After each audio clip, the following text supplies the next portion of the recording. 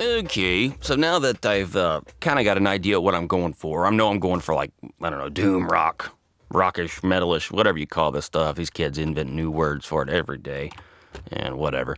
But what I want to do is just go through the individual tracks and see if they're doing what I want them to do without processing it or anything like that. And so, okay, let's listen to the kick drum here.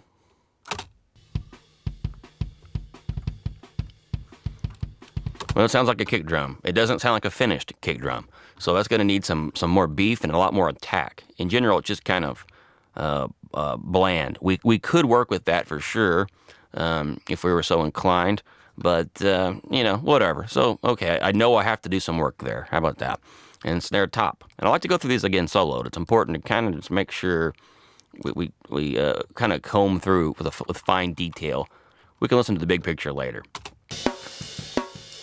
Hang on, I got some compression when I was messing with on a different video. Okay, so same thing.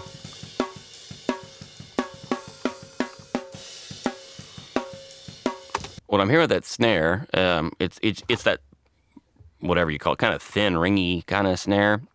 Now, again, remember, that's just a snare top. So calling that snare is a little bit short-sighted. A snare drum in a room is not what you wouldn't stick your ear 1 inch from it. You'd probably be back 5, 10, 20, 30 feet, and the sound of it all bouncing around the room and the bottom and the top all combining, that makes up a snare drum. So kind of keep in mind that our perspective here is just a little bit screwy.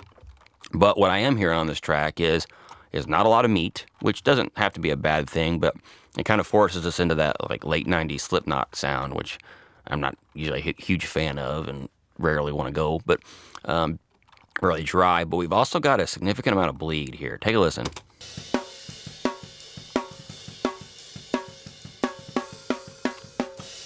And so if we do a whole lot of compression on that or a whole lot of anything, then that bleed is going to come back. And I got a feeling we're going to be going in the sample route for that. Can we work with it? Yes. Do we want to go through all that struggle? Is it worth it? We'll see. All right, so going on, moving right along, snare bottom. And it's all the way down. Let's turn that guy up.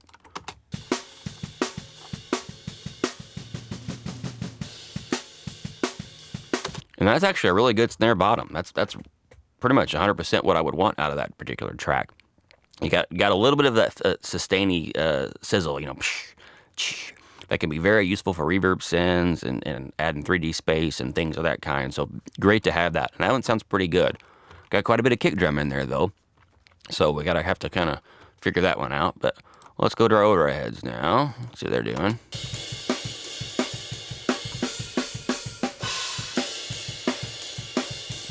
Take note that the kick is kind of, I don't know, dumb sounding. I like to call it dumb.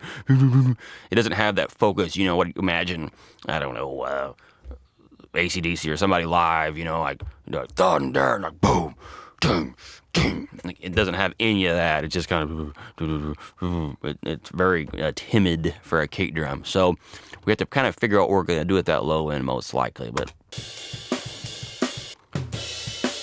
I like the mid-range complexity of the cymbals. That's kind of nice. All right, so keeping on. Checking out the hi-hat here. That's not the hi-hat.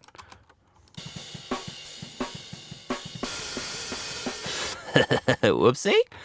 It appears we have a malfunction. And this is a good time for a rant. And everybody talks about, oh, analog, analog, analog, tube, tube, tube, and all this kind of junk. And the more analog stuff that you put in your studio, the greater chance you're going to have a malfunction. I don't care who you are. Things happen and when you add complexity to any system, that you're more likely to break the stupid thing. And my system is about I wouldn't say as complex as it gets, but it's pretty freaking complex. So things go wrong. And for whatever reason, the nature of the session and the time frame we had and all this business and the budget, whatever, we have a trashed hi-hat mic to deal with. So hi-hat mics is probably one of the more, you know, we could lose that and not care too much type of tracks, but we may have to work around that. That may get a little challenging. But welcome to the real world. And you guys used to Superior Drummer or Slate or whatever, where all the cymbals and stuff are all perfect, and here we go. Say goodbye to it, because it just isn't going to happen. All right. So anyway, we know we have some work to do there. Let's keep on with the look at the toms now. This is the tom top 1. Well, that tells a big story right there. First off, the toms are very dead, which I know. We're going to have to fake some kind of 3D thing, which we'll figure out later. But listen how loud the bleed is. And it's a hair trashy. So if you think of toms, you usually want them to be a lot louder in relation to the rest of the kit. This drummer, really good drummer, really cool kit, but his cymbals just happen to be loud. And don't ask me why. I have a zillion, trillion different guitar tools and no different cymbals. Of course, convincing a drummer who's decided that he is a Sabian guy or he is a Pasty guy or whatever else is out there, trying to convince one of those guys to use your stuff is an art. So that's another mess. But anyway, we've got a big problem with these toms. And this one's even worse. And this is what I'm calling an upside down tom. Listen to how bright and aggressive the bleed is, but how unbright and unaggressive the attack on the tom is.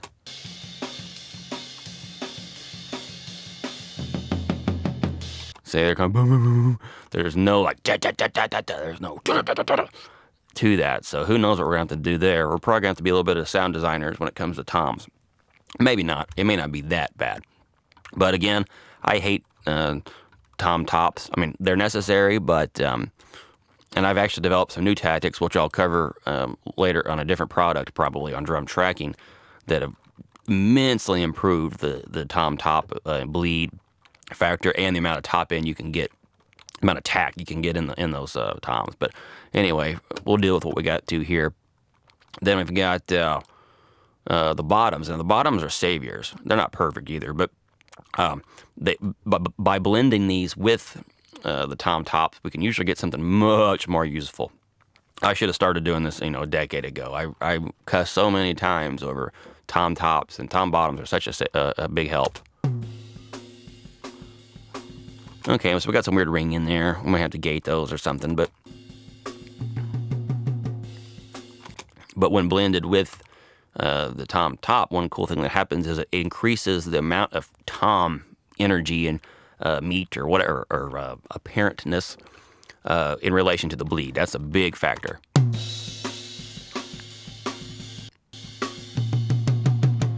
All right, so they got some kind of whatever that is, 2, 3, 400. I'm never very good at the low mid-range tweaking, but whatever. Okay, but those will sound good when they're done. And then we got the tom 2 bottom. Okay, so all those have some notching to do. None of this is ultra big deal stuff. This is kind of just real drums 101. These could have been cleaner drums, in particular on the toms, but whatever. We'll make it all work. This is the real world thing. This is a good gig for me. This was a better band than usual, so don't think, oh man, it's unbelievable all the junk he had in there.